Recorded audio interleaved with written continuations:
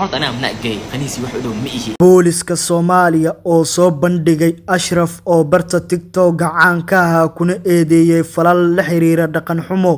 muuqaalkan ayaan ku qaadaa dhigi doonaa daawadayaal laakiin intaan u guda galin muuqaalka like saara si share gareeyo oo la wadaaga saaxiibadiin bogaana follow soo dhaa si aad kaga mid noqotaan saaxiibada ku xiran mahadsanidin aynu ku bilownay warar hoose oo soo baxayay ayaa waxa ay sheegayeen in xalay la xiray Ashraf oo kamid ahaa dhalinyarada isticmaasha barta TikTok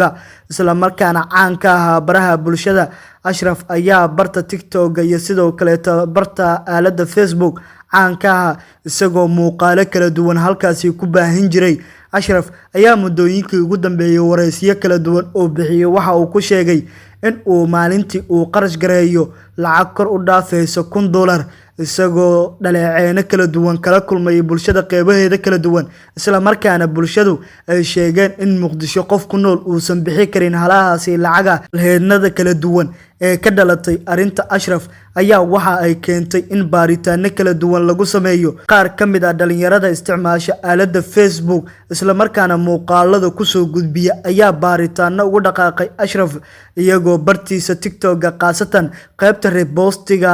baaritaano ku bilaabay waxa ay soo ogaadeen in muuqaalo dad ajaanib ah oo qaniisin ah uu Ashraf uu repostiga dhowr jeer ku celceliyay sida ay tilmaameen qaar kamid ah dhalinyarada isticmaasha aalada Facebook isla markaana halkaasi ku baahiyay Ashraf ayaa muuqaaladaasi xiray gabi ahaantoodana bareefad geliyay kadib baaritaano kala duwan oo lagu bilaabay barihiisa TikTok waxa uu xiray dhammaan muuqaaladii uu repostiga uu ku sameeyay Ashraf taas oo shaki kaleeto oo hor la gelisay dhalinyarada hadalheennadii kala duwanaa kadib laamaha amniga dawladda federaalka ee Soomaaliya ayaa Ashraf baaritaan kula dhaqaaqay kadib markii gacanta lagu soo dhigay booliska ayaana waxa ay sheegeen in Ashraf lagu helay arrimo la xiriira dhaqan xumo qoraal lagu baahiyay barta booliska ee qaybta guud ee gobolka Banaadir ayaana waxa lagu yiri sidatan ciidanka booliska Soomaaliya ayaa soo xiray eedeysan Ashraf Cali Nuur Sahal